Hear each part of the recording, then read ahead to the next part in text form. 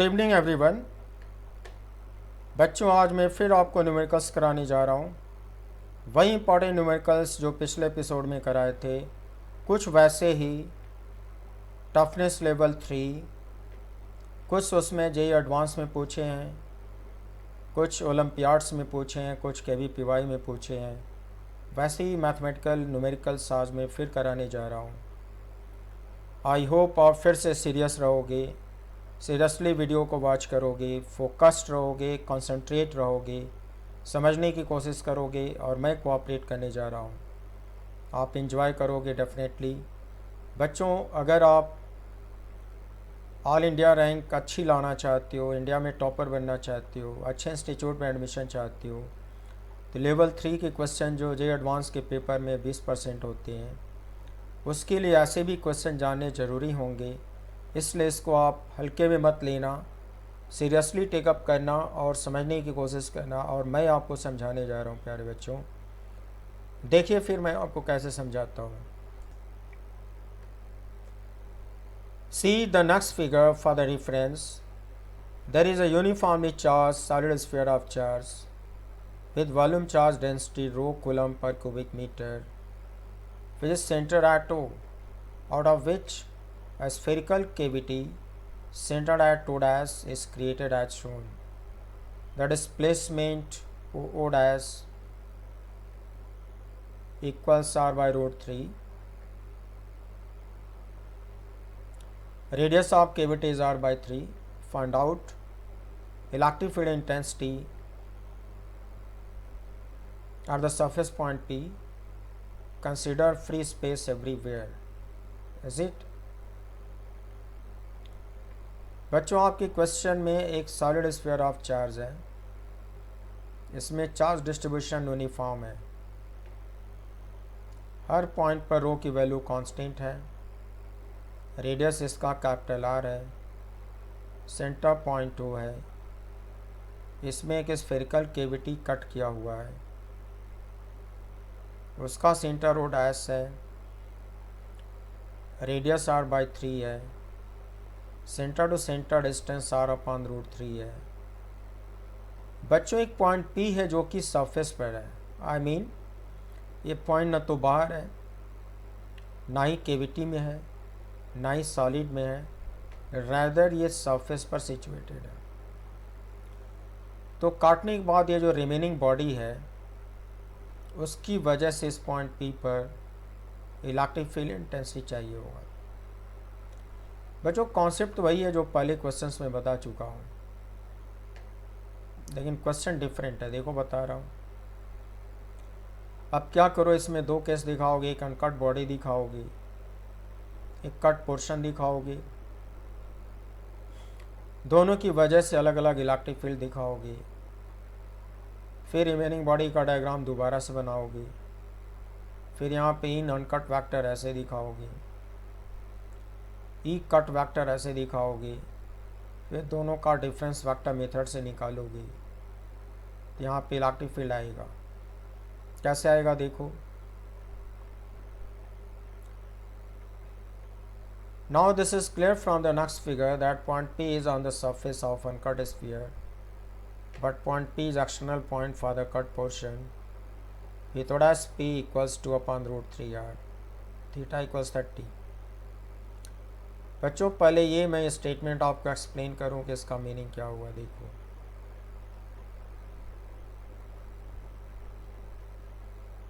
अगर sphere uncut होगा तो ऐसा कुछ दिखेगा। रो उसमें यूनिफॉर्म होगा, रेडियस R होगा, सरफेस पर पॉइंट P है, इलेक्ट्रिक फील्ड रेडियली आउटवर्ड होगा, ये आप जान चुके हो, डिनोटेड बाय अनकट वेक्टर। और ये जो कट पोर्शन है बच्चों, इसको रिमूव ना करा जाए तो ये सॉलिड दिखेगा।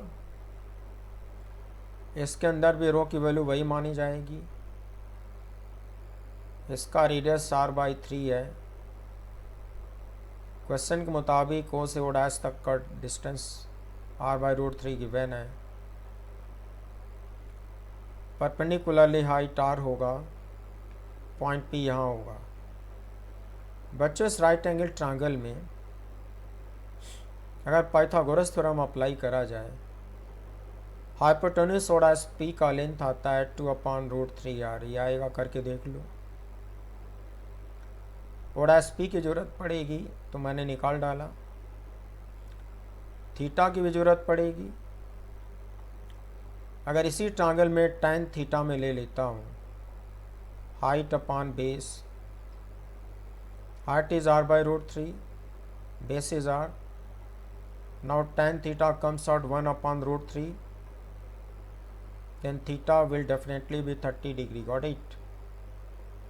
तो ज्योमेट्री से थीटा सॉल्व हो गया और एस पी सॉल्व हो गया। ये तुम्हारा कट पोर्शन है, कट पोर्शन स्फेरिकल है, तो इलेक्ट्रिक फील्ड तो यहाँ पे रेडियल होता ही होता है। रेडियल डायरेक्शन में ई कट वेक्टर दिखा दो। फिर बच्चों इन दोनों इलेक्ट्रिक फील्ड को रिमेनिंग बॉडी पर ला के सुपर इम्पोज करा दो। देखो point P, now this is E uncut vector, this is E cut vector. Initial दोनों का ज्वाइन करा हुआ है, टर्मिनल को मिला दो और फर्स्ट वेक्टर के टर्मिनल के पास टर्मिनल बना दो। Now shown by green colour, this will give you net electric field E P vector eight point P. इसका लेंथ इसका मैग्नीट्यूड होगा, ओरिएंटेशन इसका डायरेक्शन होगा। तो देखो मैं इसको सॉल्व करता हूँ। डायग्राम तो समझा दिया और केवल फार्मूला यूज करना है।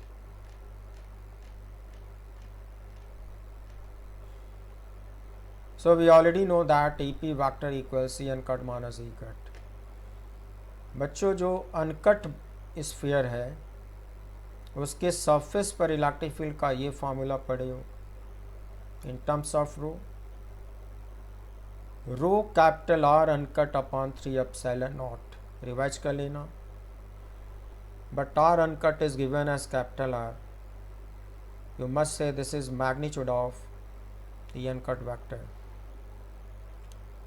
Now magnitude of E cut vector, बच्चों पॉइंट P कट पोर्शन के बाहर है, एक्सटर्नल पॉइंट पर इलेक्ट्रिक फील्ड का ये फार्मूला पढ़े हो, रिवीजन कर लेना, मैं एक्सप्लेन कर चुका हूँ। It should be rho R cut cube upon 3 epsilon naught R cut square. बच्चों ये कट पोर्शन का रेडियस है और ये कट पोर्शन के सेंटर से पॉइंट P का डिस्टेंस है। ये फार्मूला हाइपरबोलिक आप पढ़ चुके हो। अब करना क्या है, वैल्यूज़ रखनी है। आर कट की वैल्यू r/3 गिवन है, स्मॉल आर कट की वैल्यू ये निकाल चुके हो, 2/√3 इंटू r निकाल चुके हो, पुट कर दो, स्क्वायर करो, क्यूब करो, जो कटे उसे कटा लो, बाकी सिंप्लीफाई करो बच्चों। तो मॉड ई कट की वैल्यू आती है ρr/108 एप्सिलॉन नॉट, करके देख लेना। अब मुझको दो वेक्टर का डिफरेंस चाहिए, डिफरेंस का मैग्नीट्यूड चाहिए।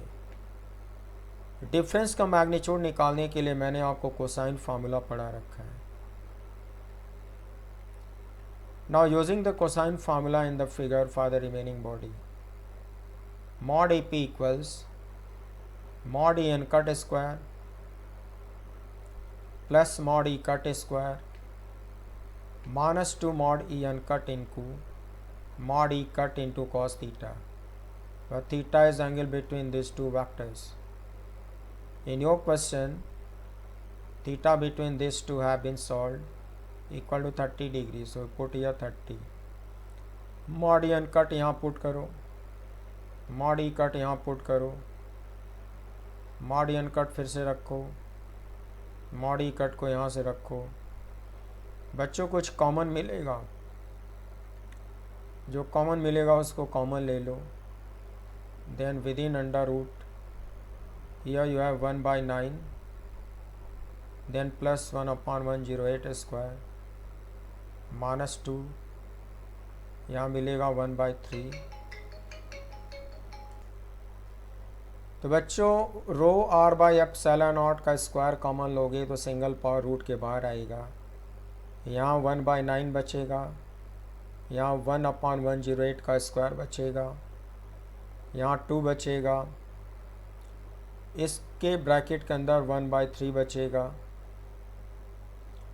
इस ब्रैकेट में 1/108 बचेगा, cos 30√3/2 बचेगा, 2 और 2 कैंसिल आउट होगा, 3√3 से कैंसिल होकर नीचे √3 आएगा, तो तीसरी टर्म यहाँ √3 × 108 आएगा।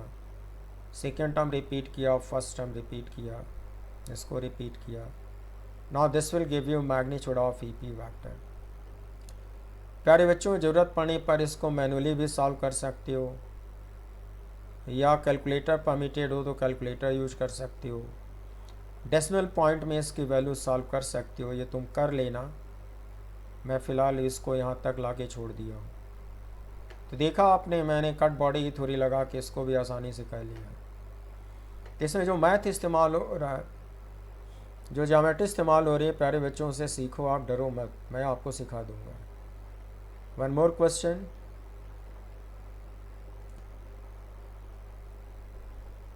in the below figure a big dipole is shown. There is a transverse circle of radius r centered at point 2. Find out the total electric flux passing through the given circular plane. प्यारे बच्चों, यहाँ पे एक big dipole है, -q2 + q, total length is 2l, और ये transverse plane में एक सर्कल है जिसका रेडियस कैपिटल R है, सेंटर पॉइंट 2 है। इस डाइपोल का अपना इलेक्ट्रिक फील्ड होगा, और इलेक्ट्रिक फील्ड की लाइन इस सर्कल से पास करेंगी। जब इलेक्ट्रिक फील्ड लाइन किसी एरिया से पास करती हैं तो कहते हैं फ्लक्स पास करता है। इससे गुजरने वाला टोटल इलेक्ट्रिक फ्लक्स आपसे पूछा हुआ है। ये भी क्वेश्चन बहुत इंपॉर्टेंट है बच्चों, ये सब बहुत पुराने क्वेश्चन है, बहुत पुराने पेपर में आपको दिखेंगे। आजकल ये सब रिपीट हो रहा है, इसलिए जानना ज़रूरी है। देखो मैं करता हूँ इसको।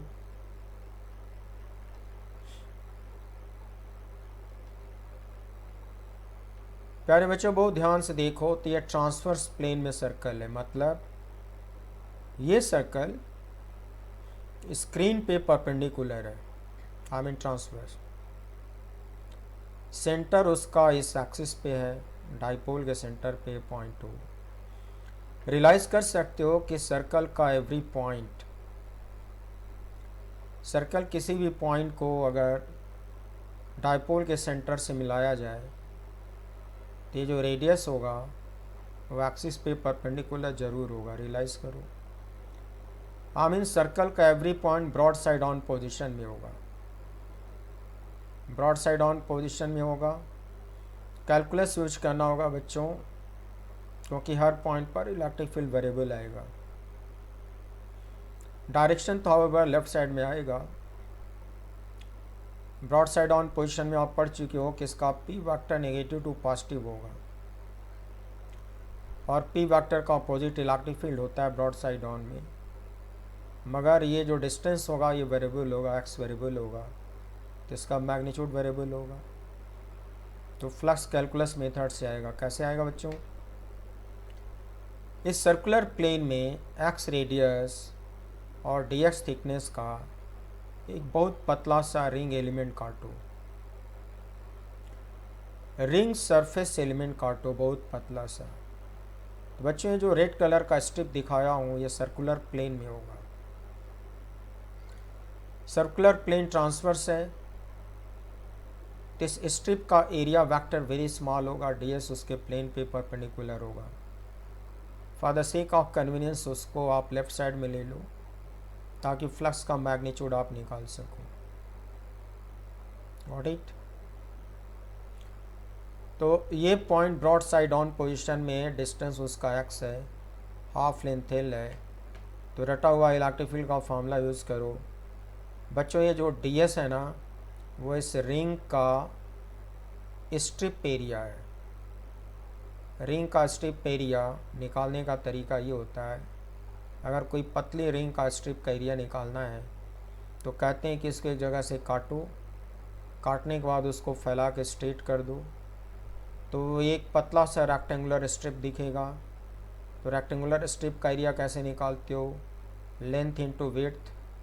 तो बच्चों इसका जो लेंथ होगा वो 2πx सर्कम्फरेंस होगा, जो विड्थ होगा वो dx होगा।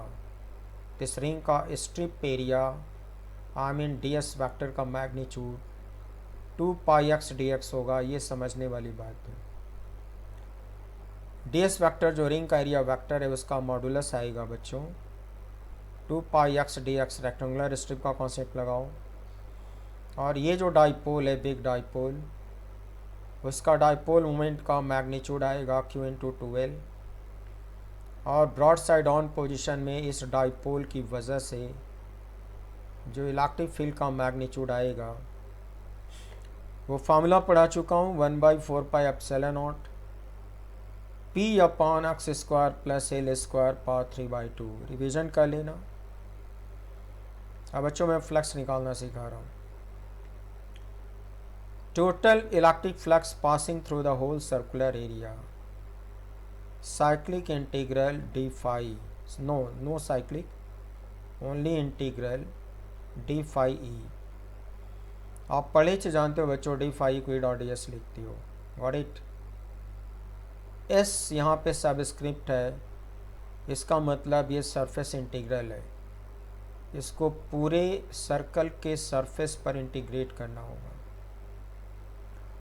So this symbol stands for surface integral. E.ds को ओपन करो, mod E mod ds cos theta cos 0, क्योंकि ये दोनों पैरेलल दिखाए गए हैं। मॉड ई ऊपर निकाल चुके हो, पुट करो। मॉड ds की वैल्यू यहाँ पुट करो। cos 0 1 होगा, छोड़ दो बच्चों। इसमें से 2π से 4π कैंसिल होगा, p/2 ε0 बचेगा, कांस्टेंट बाहर निकालो। इंटीग्रल के अंदर इतना बचेगा। मकसद है पूरे सरफेस को कवर करना, मगर वेरिएबल तो x है। पूरे सर्कल को कवर करने के लिए x की लोअर लिमिट 0 और अपर लिमिट कैपिटल R होएगी। इसको इंटीग्रेट करने के लिए मेथड ऑफ सब्स्टिट्यूशन लगाना होगा। कैसे लगाओगे बच्चों, इस क्वांटिटी को z² मान लो।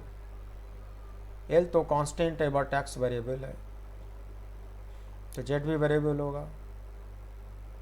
डिफ्रेंशिएट करो। अगर इसको आप x में डिफ्रेंशिएट करोगे तो 2x आएगा, इसका 0 आएगा, इसका 2z इंटू dz/dx आएगा। जो dz/dx में बाई dx हो उसको इधर मल्टीप्लाई कर डालो, तो लेफ्ट साइड में बचेगा 2x dx plus 0 equals 2z dz। 2 को 2 से कट करो, then comes out x dx equals z dz। बच्चों कहते हैं कि जब वेरिएबल चेंज होता है, आई मीन x के जगह पे z, लिमिट भी चेंज होगी। तो x की लिमिट को z की लिमिट में कैसे बदलोगे? At x equals 0, I mean put या 0, रूट लेने पर z की लोअर लिमिट l आएगी, फिर x की लिमिट r रखो। जब यहाँ कैपिटल R रखोगे तो रूट लेने पर z की आएगी अपर लिमिट। अब सब्स्टिट्यूट करो। कैसे बच्चों? इसको आप लिखते हो z dz, इस पूरे को लिखते हो z², और 3/2 लेने पर नीचे आएगा z³, फिर यहाँ पे आएगा l, फिर यहाँ पे आएगा √r² plus l²। Next line देखो, देखो मैंने लिमिट बदल डाली, इसको z में कन्वर्ट किया, p की वैल्यू q इंटू 2l लिख डाला, कैंसिल होने पर ऊपर जाके z⁻² आएगा।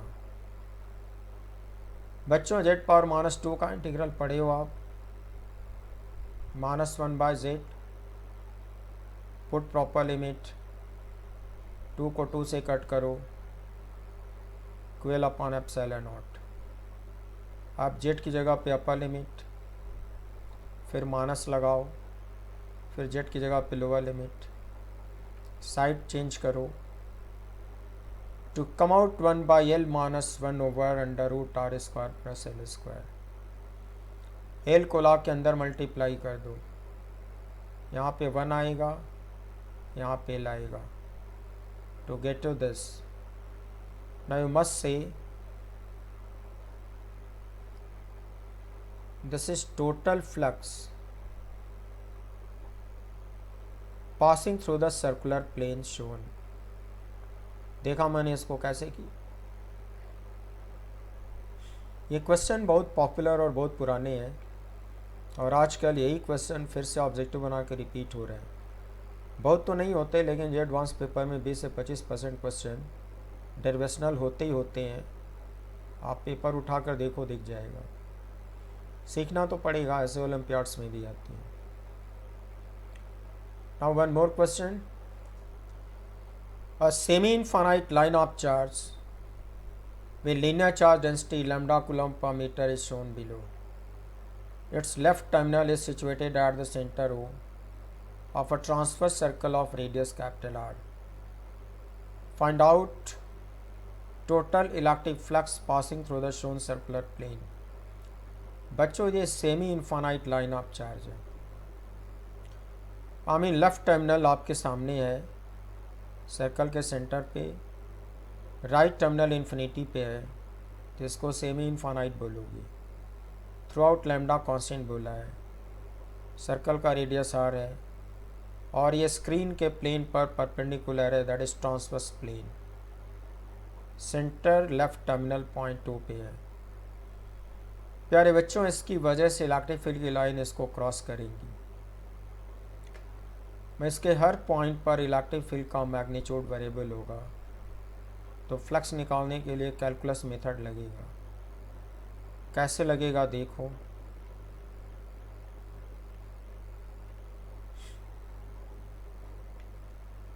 ये सेमी इनफाइनाइट है, ये लेफ्ट टर्मिनल है। इस सर्कल का कोई भी पॉइंट बच्चों अगर वो से मिलाया जाए तो ये रेडियस ट्रांसवर्स प्लेन में होगा। रेडियस ट्रांसवर्स प्लेन में होगा तो ये एंगल हमेशा 90 होगा।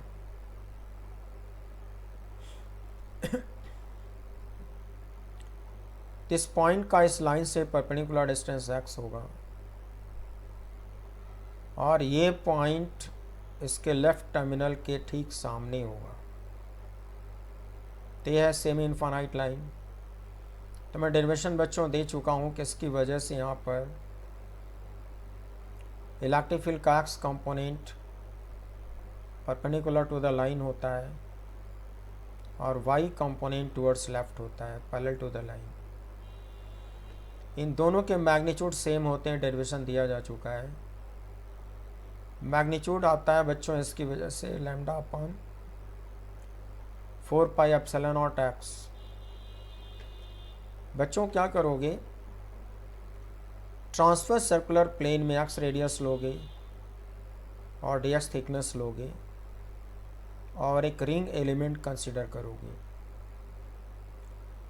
एक रिंग एलिमेंट का जो सरफेस प्लेन होगा वो ट्रांसवर्स होगा, एरिया वेरी स्मॉल होगा और उस वेरी स्मॉल एरिया का डायरेक्शन उसके प्लेन पे परपेंडिकुलर होगा। मैं मैग्नीट्यूड फ्लक्स का निकालना चाहता हूँ तो जानबूझकर इसको लेफ्ट साइड ले रहा हूँ। ये राइट भी हो सकता है क्योंकि ये खुला एरिया है। मुझे फ्लक्स का मैग्नीट्यूड चाहिए तो मैं जानबूझकर परपेंडिकुलरली लेफ्ट ले लेता हूँ। प्यारे बच्चों में इस रिंग का टोटल एरिया के बजाय इस रिंग पे एक छोटा सा एरिया, ये देखो सर्कल टाइप का दिखाया हूँ, देखो देखो रिंग पे बहुत छोटा सा एरिया दिखाया हूँ और वो भी ट्रांसवर्स प्लेन में होगा और उसको डी स्मॉल एस वेक्टर से दिखाया हूँ, डायरेक्शन उस पर परपेंडिकुलर होगा।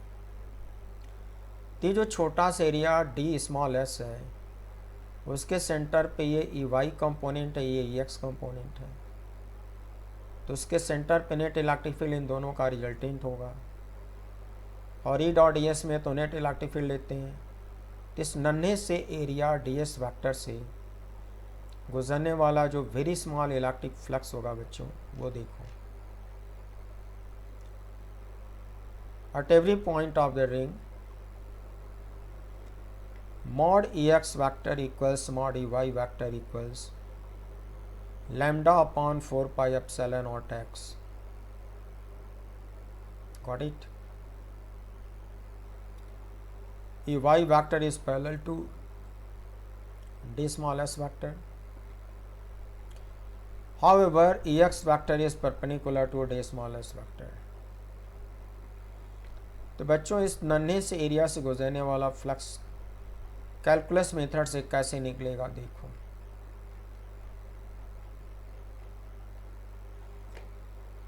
d small s is a very small area vector on the ring surface. So very small electric flux d phi passing through the ring surface element. It should be cyclic integral E dot d small s. प्यारे बच्चों ये वाला जो flux है वो d small s vector से गुजरने वाला फ्लक्स है। जब इस फ्लक्स को पूरे रिंग पर इंटीग्रेट करूंगा, सिर्फ रिंग पर, सर्कल पे नहीं, तो रिंग एक क्लोज स्ट्रक्चर है, इसलिए यहाँ पे साइक्लिक इंटीग्रल का सिंबल होगा। और इसको इंटीग्रेट करने से ये जो फ्लक्स मिलेगा, ये रिंग का जो सरफेस स्ट्रिप है उससे गुजरने वाला फ्लक्स होगा। बच्चों रिंग आपने पतली काटी है तो ये भी फ्लक्स वेरी स्मॉल होगा। कैलकुलस नोटेशन में इसको डी फाई लिखा जाएगा और ये पूरे रिंग पे इंटीग्रेट होगा। तो ds स्मॉल वेक्टर जो छोटा सा ही दिखाया हूँ, उसके सेंटर पे नेट इलेक्ट्रिक फील्ड इन दोनों का रिजल्टेंट आएगा। It should be ex vector plus ey vector, then dot d small s। बच्चों डॉट को डिस्ट्रीब्यूट करा दिया। तुम डायग्राम देख पा रहे हो कि ये दोनों पैरेलल हैं, ये दोनों परपेंडिकुलर हैं, तो इन दोनों का डॉट 0 होगा। हाउएवर ये तब भी बचेगा। और डायग्राम ये दोनों पैरेलल हैं, पहले रिपीट करो, फिर इसको ओपन करो। Mod E Y mod D S cos theta cos 0 that is 1। Mod E Y ऊपर दिखा चुका हूँ। डी स्मॉल एस का मैग्नीट्यूड खाली डी एस लिख डालो। बच्चों इसको रिंग के ऊपर इंटीग्रेट करना है। फॉर द गिवन रिंग उसका रेडियस कांस्टेंट होएगा। आई मीन इस ds को रिंग पे टहलाना, टेक्स्ट तो कांस्टेंट माना जाएगा। ये पूरी क्वांटिटी रिंग के लिए कांस्टेंट होएगी। इसको बाहर निकाल डालो। साइक्लिक इंटीग्रल स्केलर ds बचा है। बच्चों इसका फिजिकल मीनिंग क्या हुआ? रिंग पे छोटे छोटे ds बहुत सारे काट लो और ये स्केलर है तो सबको स्केलर फॉर्म में सम कर दो। अब मैं तुम्हें समझाता हूँ। ये जो नन्हा सा ds है, इस रिंग पे छोटे छोटे हज़ारों काट लो और हज़ारों जो नन्हे नन्हे ds काटे हो, स्केलर फॉर्म में सबको सम कर दो। सारे ds को सम करोगे, that will give you a strip area of the whole ring. Got it? वही इंटीग्रल का मतलब होगा स्ट्रिप एरिया, और स्ट्रिप एरिया बिकम्स 2 पाई x इंटू dx। थोड़ी देर पहले ही समझाया हूँ। इस रिंग का स्ट्रिप एरिया होगा बच्चों, it will be 2 pi x dx। यहाँ पे ला के रख दो। 4 पाई को 2 पाई से कट करो, x को x से कट करो, to get you lambda by 2 epsilon naught into dx। प्यारे बच्चों ये फ्लक्स आप जो डिराइव करे हो, ये रिंग का जो स्ट्रिप है उससे गुजरने वाला फ्लक्स है, लेकिन मुझे तो पूरे सर्कल से पास होने वाला फ्लक्स चाहिए। इस डी फाई को पूरे सर्कल पे इंटीग्रेट करना होगा। Got it? Now total electric flux passing through the given circular area.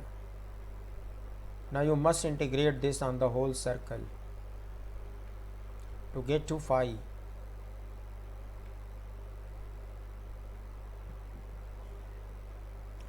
Now put the value of d phi. बच्चों पूरे सर्कल को कवर करने के लिए x की लिमिट डिसाइड करो. It should be 0 to capital R. पूरा सर्कल कवर हो जाएगा. Constant quantity taken outside. Integral dx is x. Put proper limit. Upper limit minus lower limit to get to lambda r upon 2 epsilon naught. This will give you total flux. Got it? इस तरह से आप circle से गुजरने वाला total flux निकाल पाते हो. Similarly one more important question. ये क्वेश्चन कई बार रिपीट हुआ है मगर बहुत इंपॉर्टेंट है, इसे मैं समझाने जा रहा हूँ. There are two coaxial rings of charge whose centers O1 and O2 are separated by small r equals 10 r as shown. Given that Q1 is 2Q, R1 is 2R, Q2 is Q, R2 is R. This is for the second ring. This is for the first ring. Find out the work done in moving a point charge Q0 from O1 to O2 very slowly in the absence of gravity and friction. बच्चों ये first ring है uniformly charge. Now whole of the charge is 2Q and radius is 2R. Second coaxial ring, axis common है. अगर axis screen के plane में है बच्चों तो इसका प्लेन ट्रांसवर्स होगा, इसका भी प्लेन ट्रांसवर्स होगा. Centre to centre small R की वैल्यू 10R है. इसका चार्ज Q है, रेडियस कैपिटल R है. इसके सेंटर पे नेट पोटेंशियल V1 होगा, इसके सेंटर पे नेट पोटेंशियल V2 होगा. Now you are given a point charge. तुम एजेंट हो, इसको O1 से मूव कराते हो आर्बिट्रेरी पाथ पर, O2 तक ले जाते हो. In the absence of gravity and friction ले जाते हो, वेरी स्लोली ले जाते हो. इस प्रोसेस में तुम कितना वर्क करोगे वही पूछा है. देखो बच्चों कैसे निकलेगा. We know that the work done in moving a point charge Q0 from O1 to O2 very slowly in the absence of gravity and friction. You know this formula already done. Work done by agent, external agent, delta W12 equals Q0 into V2 minus V1. Got it? Now need position at center O1 of the first ring. बच्चों जब V1 निकालोगे तो दोनों ring का contribution लेना होगा. I mean potential due to first ring and potential due to second ring. O1 first ring का centre है तो फर्स्ट रिंग के सेंटर पे फर्स्ट रिंग का पोटेंशियल का फॉर्मूला यूज़ करो. ये होता है Q बाई कैपिटल R होता है. फार्मूला रिवर्स कर लेना.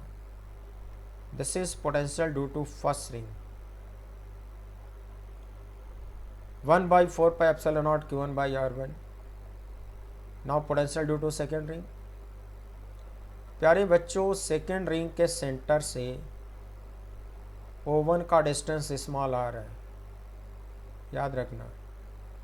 जब potential due to second ring O1 पे चाहिए होगा तो ये वाला फार्मूला यूज़ करना होगा.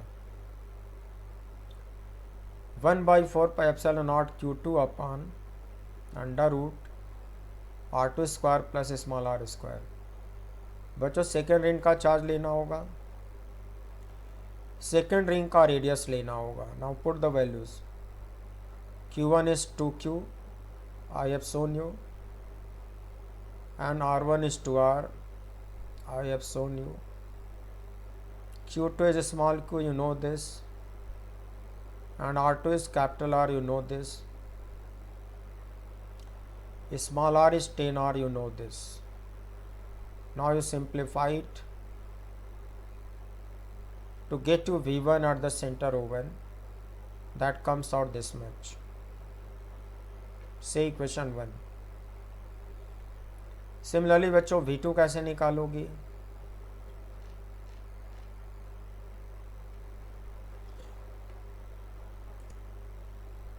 Net potential at centre O2 of the second ring. प्यारे बच्चों यहाँ भी दोनों रिंग का कंट्रीब्यूशन लेना होगा। V2 potential due to second ring and potential due to first ring. बच्चों जो O2 है वो सेकेंड रिंग का ही सेंटर है, तो इसका फॉर्मूला यूज होगा 1/4 pi epsilon not Q2 upon R2। लेकिन जो O2 है फर्स्ट रिंग के सेंटर O1 से स्मॉल r डिस्टेंस है, तो potential due to first ring at O2 में ये फॉर्मूला यूज होगा बच्चों 1/4 pi epsilon naught Q1 upon under root R1 square plus small r square. Got it? तो ये फर्स्ट रिंग का कंट्रीब्यूशन होगा, ये सेकेंड रिंग का कंट्रीब्यूशन होगा to get to V2। Values रखो। You know Q2 is Q and R2 is R. Q1 is 2Q, R1 is 2R, small r is 10R. Got it? बच्चों इसको simplify करो। R root के बाहर आएगा, root में 104 आएगा या 2Q। Q by are common ले लो। Here 1 plus 1 upon under root 26. Is it? Now this is V2 से equation 2। अब वर्क डन का ये फॉर्मूला यूज करो। Put here V2, put here V1 and this quantity will be taken common. Multiply it to this to get to this. Here you have this one remaining minus this one remaining. 1 minus 1 0 cancel out and you have only difference of these two terms within the bracket. Now work done comes out 1/4 pi epsilon naught Q naught Q by capital R into this total। देखा बच्चों ये question आपको repeated कई बार मिलेगा, जब आप unsolved paper देखोगे तो दिख जाएगा, आर्काइव देखोगे मिलेगा। मैंने आपको कर दिया। Now next question.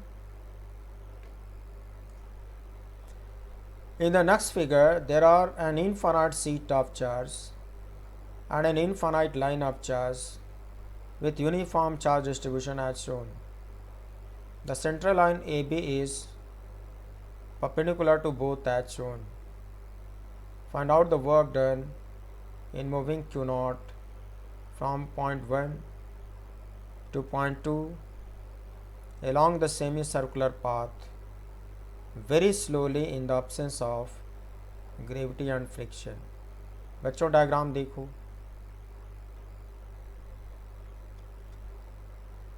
प्यारे बच्चों ये infinite sheet of charge transverse है। I mean this is perpendicular to the plane of screen.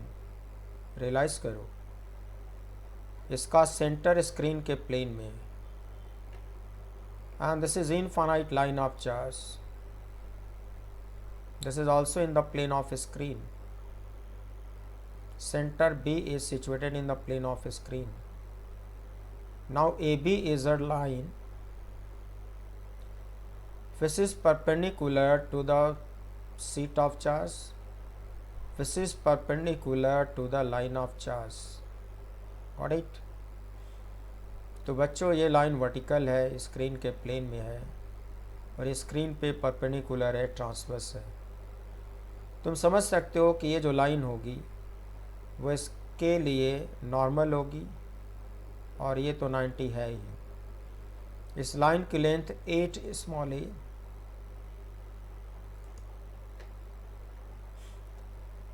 इस लाइन पर सिमेट्रिकली दो पॉइंट दिखाए गए हैं, या पॉइंट 1 या point 2। This one is 2a, this one is 2a and this is 4a। प्यारे बच्चों, ये दोनों फिक्स हैं। क्वेश्चन क्या है, एक पॉइंट चार्ज को 1 से 2 तक मूव कराना है, सेमी सर्कुलर ट्रैक पे मूव करवाना है, very slowly in the absence of gravity and friction. तो इसको मूव कराने में कितना वर्क करोगे, आई मीन ये वर्क एजेंट कितना करेगा, उसका निकालना है। What it. तो थ्योरी क्या पढ़े हो, देखो यहाँ पे, we know that the work done in moving Q naught from point 1 to point 2 along the semicircular path very slowly in the absence of gravity and friction, delta W12 equals Q naught into V2 minus V1। बच्चों formula तो यही इस्तेमाल होगा, लेकिन potential दोनों body का लेना होगा, यहाँ दो बॉडी का कॉन्फ़िगरेशन है। Net potential at point 1 that is V1, V1 due to sheet and V1 due to line. देखो इसको, now net potential at point 2 that is V2, V2 due to sheet, V2 due to line. बच्चों net potential में जितने charge bodies हैं सबका contribution लेना होगा, और ये फॉर्मूला यूज करो।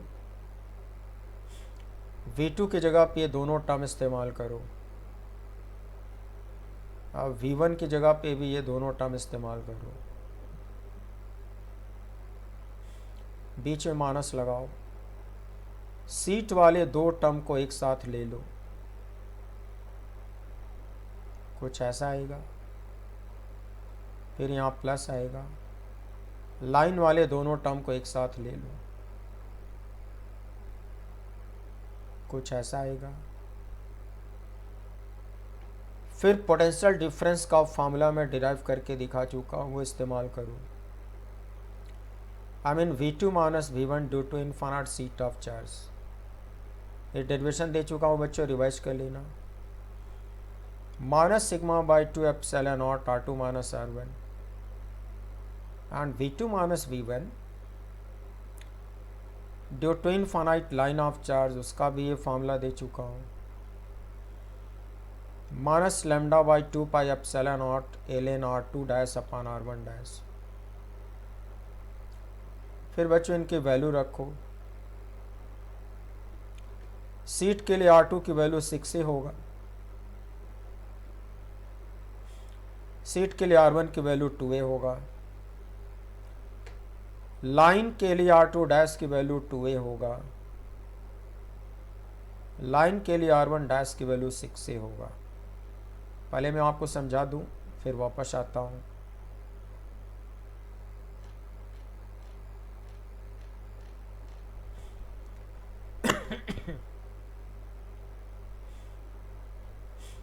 बच्चों सीट के लिए R1 की वैल्यू 2a होगा, देखो,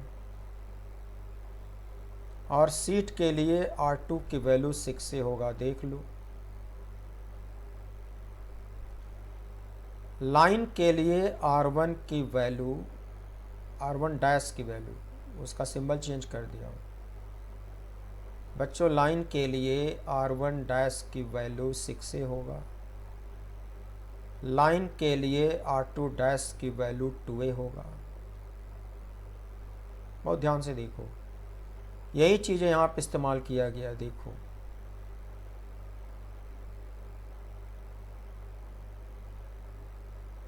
देख लिया, सिंप्लीफाई करो, 3 लाइन में आंसर आ गया। दिस इज 4a, 4 को 2 से कट करो, giving you this 2/6 is 1/3, a cancel, log 1/3 को लिख सकते हो माइनस log 3, तो माइनस माइनस प्लस हो जाएगा, यहाँ log 3 आएगा।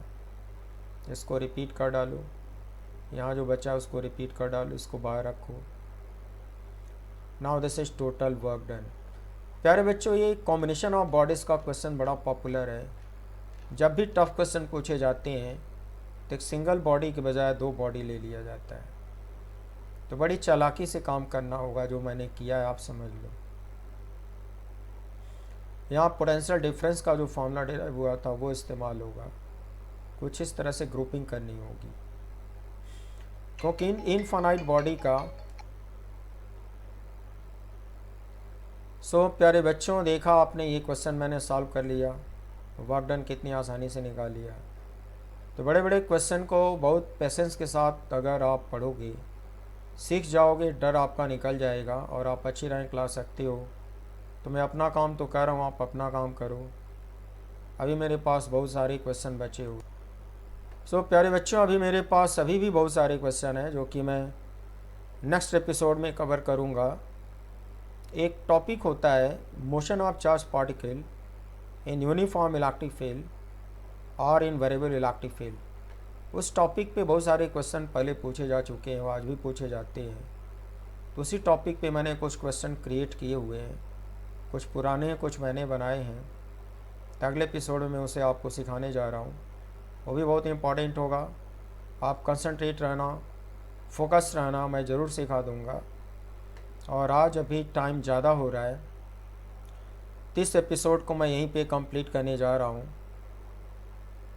और आप इसको एक बार में ना समझ में आए तो 2 बार 3 बार वीडियो देख देख कर समझने की कोशिश ज़रूर करना। एक एक लाइन समझ में आना ज़रूरी है। सो प्यारे बच्चों, इतनी देर तक पेशेंस के साथ मेरे साथ बने रहने के लिए thank you very much and wish you good night.